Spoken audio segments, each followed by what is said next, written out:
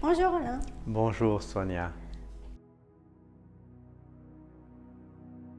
Un de tes abonnés aimerait savoir comment tu fais pour être tout le temps en forme.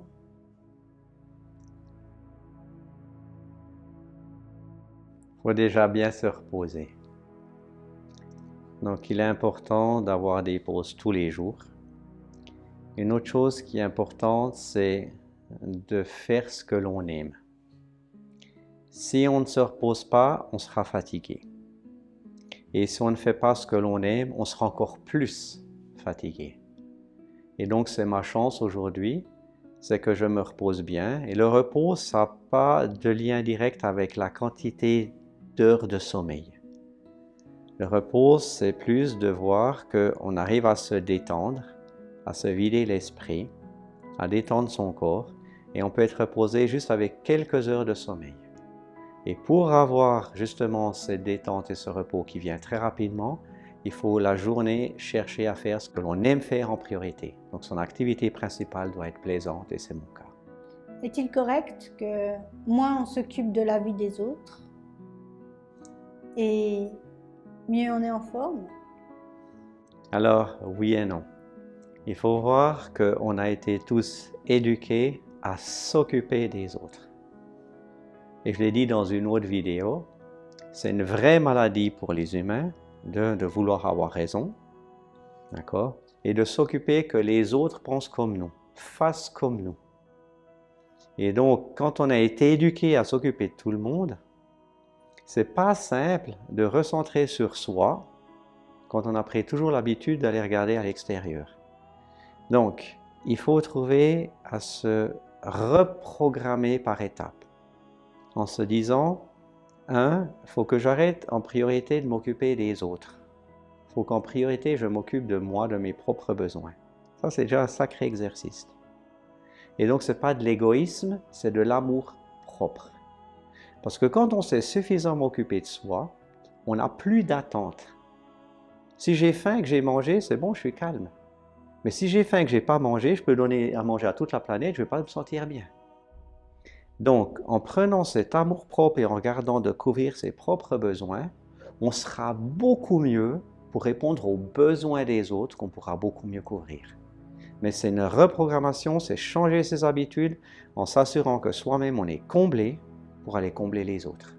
Une de tes abonnées nous a écrit pour nous dire qu'elle est obsédée par sa collègue, au coucher, au réveil, parce que sa collègue lui fait des remarques au travail et ça l'empêche de vivre. Alors je dis toujours ma stratégie à moi dans ces problèmes, c'est fix it or leave it. Donc c'est de voir que si elle est obsédée par sa collègue, maintenant il y a quelque chose qui ne joue pas. Il faudra communiquer. Donc il faudra dire à sa collègue, écoute, là il y a quelque chose qui ne joue pas, d'accord? Et donc se mettre d'accord. Et si on n'arrive pas à se mettre d'accord, leave it, alors après on va voir simplement ailleurs. Donc pour moi, la communication est vraiment la clé. On nous a appris que l'argent, c'était le nerf de la guerre. Moi, je dis à ceux qui nous regardent, ce n'est pas l'argent le nerf de la guerre, c'est la communication. Lorsque l'on communique avec soi-même de manière harmonieuse, paisible et avec son environnement, donc avec notre collègue, on peut mettre toutes les choses à plat. Et dans le cas où on n'arriverait pas du tout à s'entendre et que là, que cette obsession reste, eh bien, on va faire autre chose, on va chercher une autre collègue. Est-ce que tu as des conseils justement pour ces pensées qui nous obsèdent? Oui, tout à fait. Donc, les pensées qui sont négatives, il faut apprendre à les remplacer par des pensées positives. Ça, c'est vraiment essentiel. Une des activités essentielles de la journée est de penser, puis dire, finalement faire des choses que l'on aime. Pour faire quelque chose qui nous plaît, on y aura d'abord pensé. Si quelqu'un veut manger, je ne sais pas, une assiette de spaghettis, il va penser, qu'est-ce que je mangerais bien? Ah, des spaghettis, ça va me faire plaisir, d'accord? Donc, c'est de voir que les pensées sont véritablement la chance pour chacun, pour chacune, de préparer ses journées de manière positive. Donc, de changer sa vie passe obligatoirement par le changement de ses pensées. Il faut prendre l'habitude de penser à ce qui nous fait du bien, à ce qui nous plaît, et donc de changer ses pensées dans ce qui nous bien, dans ce qui nous plaît, va amener nos paroles et nos actions à aller dans quelque chose qui est bien, bien meilleur pour nous. Mais pour pouvoir avoir des pensées positives, il faut être capable de ne pas être impacté par l'environnement extérieur. Alors, c'est vrai, il faut prendre de la distance. Moi, je prends toujours l'histoire de l'hamster qui tourne dans sa roue. L'hamster qui tourne dans sa roue, ça va lui faire plaisir d'un petit peu bouger, mais s'il faut tourner dans la roue toute la journée, ça devient épuisant. Donc, ce qu'il faut faire, c'est prendre de la distance, sortir de la roue, sortir du manège. Ça veut dire que beaucoup de personnes sont dans une course permanente. Ce qu'il faut en premier lieu, c'est s'asseoir, se poser. Et en se posant, on va avoir quelque chose de magique, on va pouvoir se mettre à penser. Parce que dans l'action, on ne peut pas beaucoup réfléchir, voire pas du tout. C'est en se posant qu'on peut arriver dans une énergie subtile où il va venir des pensées. Et c'est là qu'on va se dire, mais là, ça ne me convient plus du tout ça. Donc il faudra le faire différemment ou faire autre chose. Donc la coupure se fait en se posant, puis à ce moment-là, on va réfléchir, penser à quelque chose qui nous convient mieux pour transformer nos actions futures, notre vie future. Mais comment être positif si je vais dans un magasin, la vendeuse elle dit bonjour à la personne avant moi, moi elle ne me dit pas bonjour. Forcément, ça va me travailler et ça va me rendre pas négative, mais frustrée. Crée le monde que tu veux être, que tu veux avoir. Dis-toi bonjour à la vendeuse. Et en disant toi bonjour à la vendeuse, tu vas réactiver une énergie positive. Deviens véritablement la source d'énergie que tu veux voir autour de toi. Deviens-la. N'attends rien de personne ni de quoi que ce soit autour de toi. Sois-le, crée-le, fais-le et ça va revenir en retour. Il existe une technique justement pour rester positif même si elle ne me dit pas bonjour ou... Oui, c'est toujours, il faut prendre de la distance. Il faut voir que tout ce qui se passe dans ta vie, c'est quelque chose que tu as planté toi avant. Si tu plantes des roses, tu vas cueillir des roses. Si tu plantes des ronces, tu vas cueillir des ronces. Donc tout ce qui nous arrive tous les jours, c'est quelque chose que nous-mêmes, on aura planté, mais on se souvient peut-être même plus qu'on l'a planté. Par nos pensées, par exemple, par certaines paroles ou par certaines actions. Donc c'est de se dire, ah zut, aujourd'hui, je n'ai pas récolté un sourire. Zut, et aujourd'hui, je n'ai pas récolté un bonjour. Moi, je vais planter des sourires. Moi, je vais planter des bonjours. Et il est sûr que dans le temps, je vais en récolter de plus en plus. C'est toi qui, par ton mode de fonctionnement, ta propre énergie va rayonner autour de toi comme une antenne. Tu es une émettrice et une réceptrice. Et plus tu vas émettre des choses positives, plus dans le temps, dans ce mouvement, tu vas récolter de positif dans ta vie. Est-ce que tu pourrais nous livrer ton secret pour rester optimiste? Commencer la journée dans cet optimisme. C'est par exemple que quand on se lève le matin, quand vous vous levez le matin, quand tu te lèves le matin, tu dis que cette journée soit la plus belle de ma vie. Que cette journée soit la plus heureuse de ma vie. Comment? J'en sais rien. Mais tu commences la journée par une vibration, un souhait, un choix positif. Que cette journée soit la plus heureuse de ma vie, la plus joyeuse de ma vie. Comment? J'en sais rien, mais c'est mon souhait. Fais ça tous les matins. En prenant une idée positive, en la rayonnant cette idée positive, et je te garantis qu'en plantant cette graine tous les matins, ton jardin sera magnifique, tes journées seront magnifiques. Est-il vrai qu'aujourd'hui on n'aime pas les personnes optimistes? Alors, c'est pas qu'on les aime pas, mais certains pourraient être ennuyés, voire un peu jaloux. Pourquoi? Parce qu'ils vibrent très très bas. C'est un peu absolument étonnant, c'est de voir que, entre guillemets, on va rire parfois du malheur d'autrui. On a été habitué à donner des informations négatives. Notre système d'information est basé sur des informations que l'on donne négatives. Donc, on ne va pas dire qu'on va se réjouir des informations négatives, mais on sera habitué à recevoir des informations négatives. C'est une habitude. Donc maintenant, si tu reçois une information positive d'une personne qui est optimiste, ça va ébranler beaucoup de gens qui sont dans l'habitude de raisonner avec des vibrations, des informations qui sont négatives.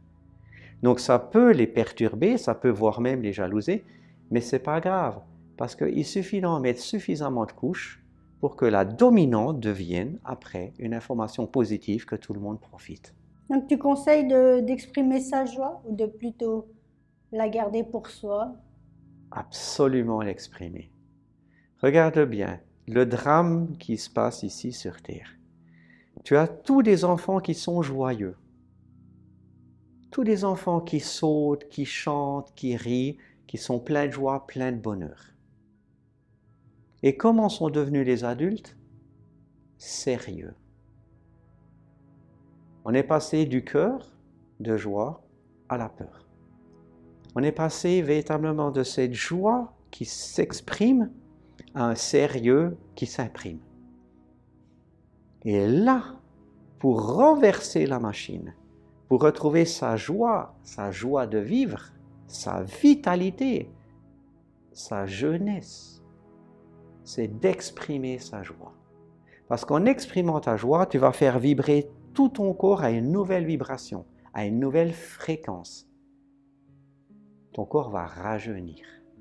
Car cette joie est une information, est une énergie très haute, qui vibre très haut et qui te permet de rester mobile, jeune, dynamique. Donc exprime ta joie, exprime ta joie, exprime ta joie.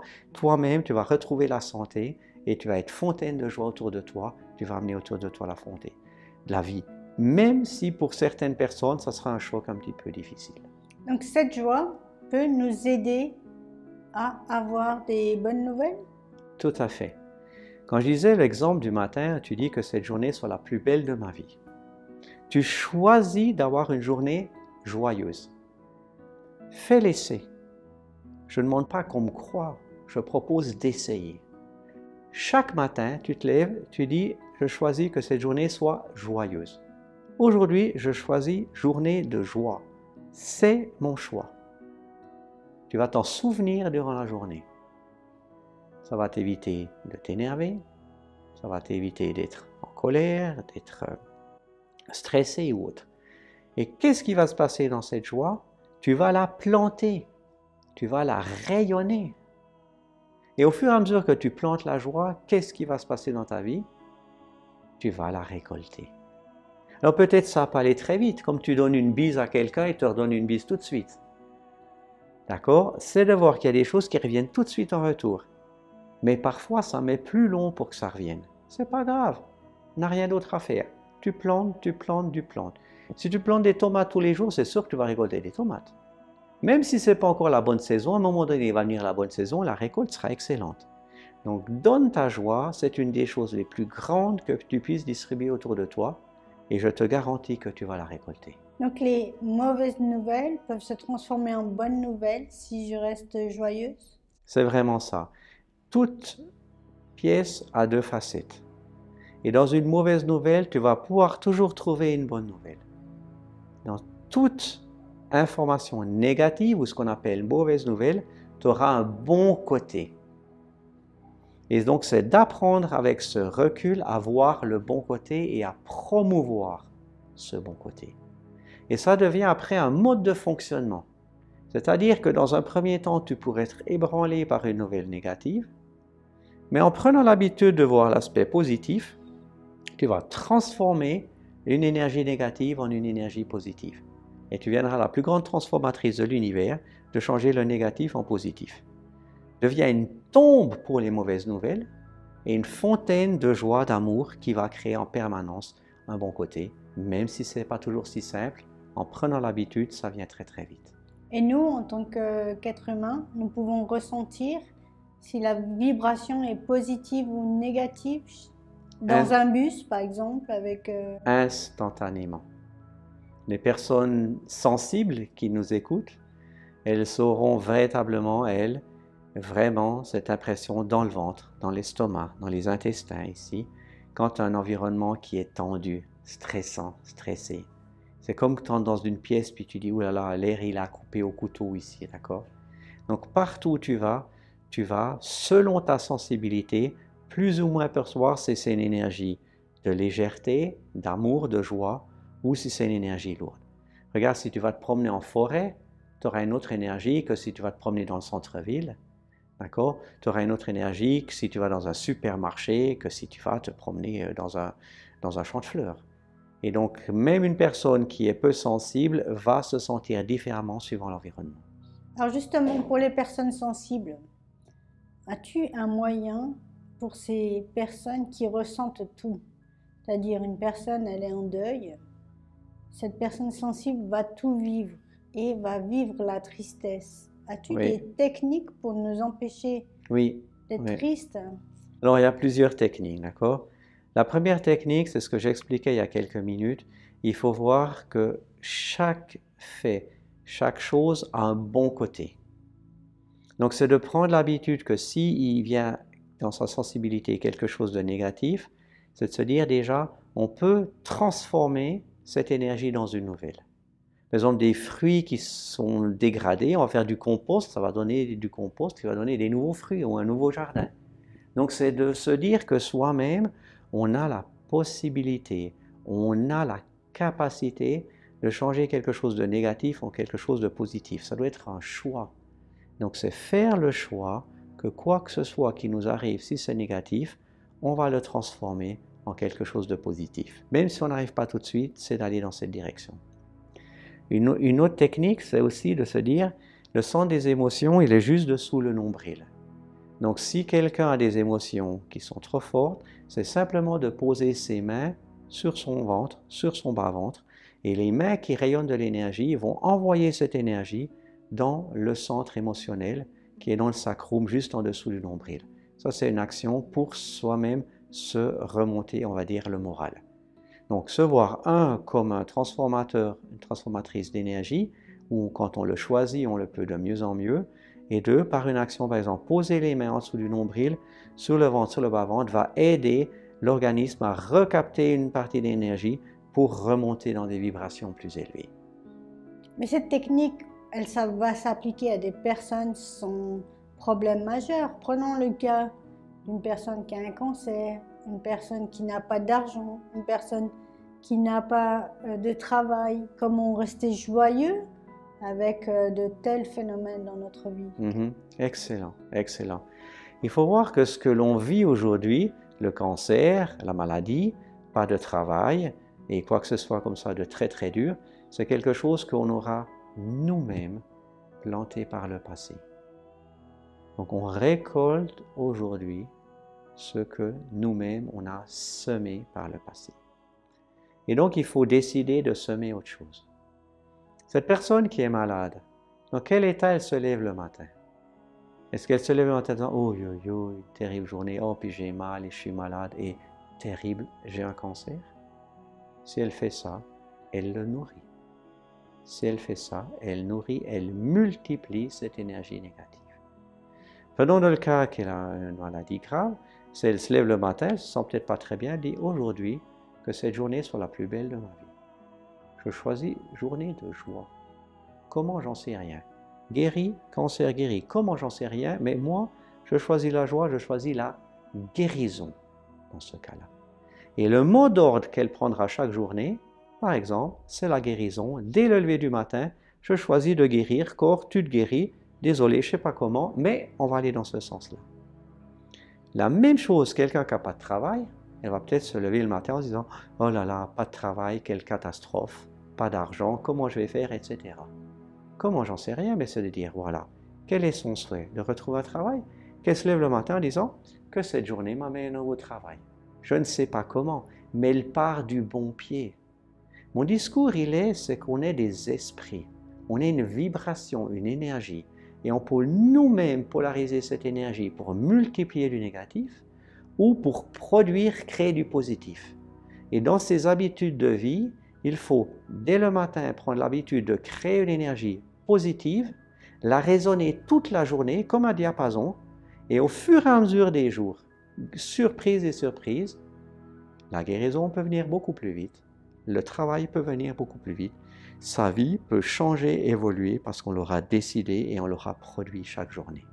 Est-ce que tu pourrais nous donner une routine pour cette personne qui n'arrive pas à se lever, qui a mal dormi, qui se lève avec des pensées négatives, concrètement, qu'est-ce qu'on pourrait lui donner comme conseil? Déjà, aller se coucher au lit le soir. Parce que la majeure partie du temps, si on ne peut pas se lever le matin, c'est parce qu'on ne sera pas au lit le soir, aller au lit le soir. Donc si on prend le rythme de la nature, d'accord, on ne va pas aller vraiment à 100% là-dedans, mais le soleil se couche, je vais aller me coucher. Le soleil se lève, je me lève. Donc si on prend un rythme naturel, on va pouvoir changer sa biologie interne. Donc d'aller au lit plus vite le soir va faire des nuits qui sont plus reposantes, d'accord. Et une autre chose après, c'est comme je dis, la journée, regardez, observez ses pensées. À quoi on pense la journée? Celui qui pense tout le long à ses soucis, il va nourrir les soucis. Celui qui pense à ce qu'il désire, faire de bien, de grandiose, ce qu'il désire changer, il va penser nourrir le changement. Donc, une procédure, c'est déjà se coucher tôt pour se lever tôt, mais après, quand on est levé, c'est de diriger son esprit, on est des esprits, vers des pensées positives, vers des pensées constructives. Et c'est comme ça qu'on va reconstruire sa vie d'abord en pensée, puis en parole, puis en action. C'est la suite logique. De chercher toujours à penser à ce que l'on désire, arrêter de penser à ce qu'on ne veut pas, de parler de ce que l'on veut, arrêter de parler de ce qu'on ne veut pas. Et finalement, on va pouvoir faire ce que l'on veut et on arrêtera de faire ce qu'on ne veut pas. Et ça, c'est un processus qu'on peut commencer et faire chaque jour. Et les résultats, ils seront rapides? Très rapide. Très rapide. La difficulté n'est pas dans la rapidité des résultats. La difficulté, c'est de tenir sa ligne. Parce qu'on a tellement l'habitude de penser à du négatif, de parler du négatif et de faire ce qu'on n'aime pas, qu'on s'est imprégné de toutes ces mémoires négatives et qu'on ne s'en rend même pas compte. Donc, ça va très très vite si on répète des pensées positives la journée, des paroles et les actions vont venir très très vite.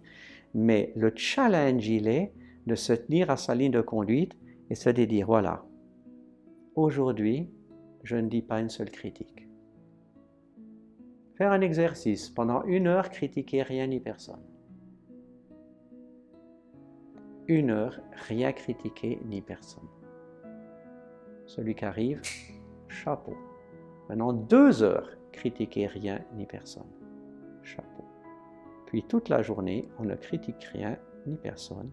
Et donc, on va uniquement dans quelque chose de positif. Ça, avec des résultats exceptionnels. Donc, la personne qui saura maîtriser en observant ses pensées, en écoutant ses paroles, aller dans le constructif et le positif, d'heure en heure, de jour en jour, le succès va venir à une vitesse inimaginable. En quelques jours, le succès, il est là. Si c'est pas le même jour. As-tu des conseils pour des personnes justement qui nous critiquent ou qui nous rabaissent? Alors, il faut leur envoyer plein d'amour parce que ce sont des antennes émettrices de négativité. C'est-à-dire que leur corps vibre très très bas. Ce seront les premières malades. Il faut voir que notre corps vibre avec nos pensées, nos paroles, et si on émet toujours quelque chose de négatif, on aura plein de problèmes. On ne fait que parler de problèmes et on est nous-mêmes devenus le problème. Donc pour ces personnes-là, il faut leur envoyer plein d'amour. Plein d'amour. Leur en plein d'amour, qu'elles fassent leur vie. Est-il possible qu'une personne devienne malade parce que son environnement est malsain? Tout à fait. Tout à fait. Il faut voir que son environnement, on ne peut pas lui mettre la responsabilité. C'est elle qui aura choisi son environnement. C'est elle qui aura créé son environnement. À la maison, tu choisis toi-même ta décoration. Ton travail, c'est toi-même qui le choisis. Ton mari, c'est toi-même qui le choisis. Donc l'environnement qui est toxique et nocif, il faut être vraiment honnête. Cet environnement toxique et nocif, on l'aura nous-mêmes créé, choisi.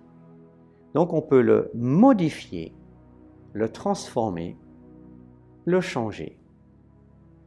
Et donc ça, c'est un grand challenge, parce que quand on se rend compte qu'un environnement ne nous correspond plus, il faudra donc construire un nouvel environnement qui nous correspond. Oui, mais notre environnement, ça peut être notre sœur, notre frère, notre père, notre mari. C'est ça. rien ne te demande d'aller tous les jours vers ta sœur, tous les jours vers ton père, tous les jours vers ton mari, je ne sais qui, je ne sais quoi. Tu pourras prendre de la distance avec qui que ce soit qui ne te correspond plus. Alors ce sera plus simple sûrement de prendre la distance avec une sœur ou avec un papa qu'avec son mari, par exemple. Mais là, je reviens sur ce qu'on parlait tout à l'heure. La communication va permettre de gagner énormément de temps.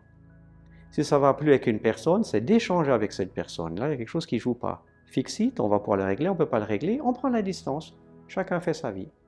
Le gaz dans un tuyau, l'électricité dans un autre tuyau. Tout va bien. On met le gaz et l'électricité dans le même tuyau, il n'y a plus de gaz, plus d'électricité, plus de tuyau. Donc si tu ne t'entends pas avec une personne, laisse-la faire sa vie et toi, fais ta vie. Et prenons l'exemple d'une jeune fille. Elle a 20 ans. Elle est toute fraîche, toute jolie. Elle rencontre son mari. Et au fur et à mesure que le temps passe, elle devient de moins en moins joviale. Elle a une activité qui se réduit. Comment faire pour cette personne? Est-ce que ça vient de son mari ou d'elle-même? Alors, de nouveau, ne rien penser que ça vienne de l'extérieur. Tout vient de soi. Je parlais il y a quelques minutes, les enfants sont joyeux. Et dans le temps, ils ont perdu leur joie et sont devenus sérieux. Après, chacun a la possibilité de choisir, je vais être encore plus sérieux ou je veux redevenir joyeux.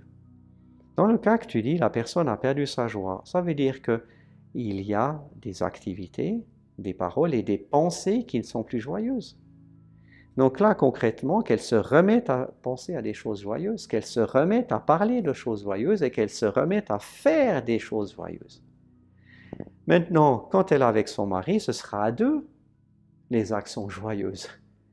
Ce sera à deux les paroles joyeuses. Donc après, c'est de voir que dans le temps, les gens, ils évoluent à des vitesses différentes. Mais si déjà elle se remet à penser à des choses joyeuses, elle se remet à parler de choses joyeuses, elle va impacter sur son mari. Ça, c'est certain. Tu impactes toujours ton environnement. Et en communiquant bien, elle pourra recréer non plus la joie que en elle, mais aussi dans son mari. Commencez par ça. Ne pas chercher midi à 14 heures. Toujours chercher en soi les solutions, les créer en soi, puis les partager avec son environnement. Donc les pensées négatives, ça ne nous apporte rien finalement. Plein de soucis. Les pensées négatives amènent du négatif. Les paroles négatives amènent du négatif. Comme une action négative amène du négatif. Alors qu'une attitude positive, des pensées positives peuvent nous aider à guérir, à trouver un emploi, trouver l'amour de sa vie. C'est ça. Ce sont les 4 niveaux. Les 4 niveaux, si quelqu'un a compris ça, il peut changer sa vie du jour au lendemain. En prenant un état d'esprit positif. L'état d'esprit positif, c'est juste une polarité. Je décide aujourd'hui que c'est une journée joyeuse. J'ai décidé, point barre. Ça ne se discute plus. Aujourd'hui, je suis positif. Un état d'esprit positif. D'accord? Va donner quoi? Des pensées positives. Vu que j'ai décidé d'être positif, je ne peux penser à rien d'autre que du positif.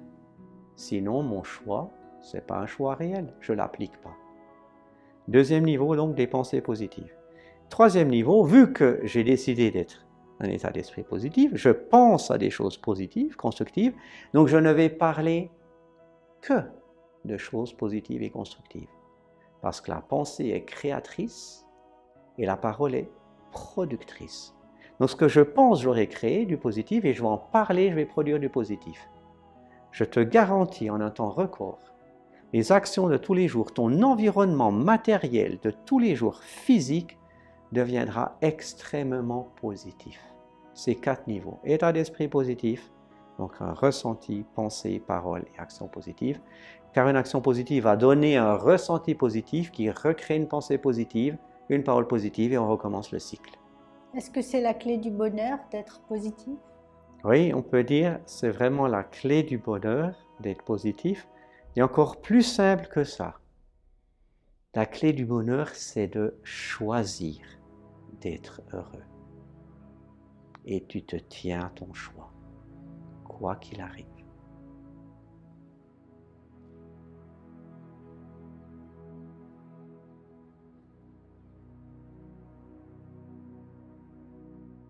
Merci Alain. Merci Sonia.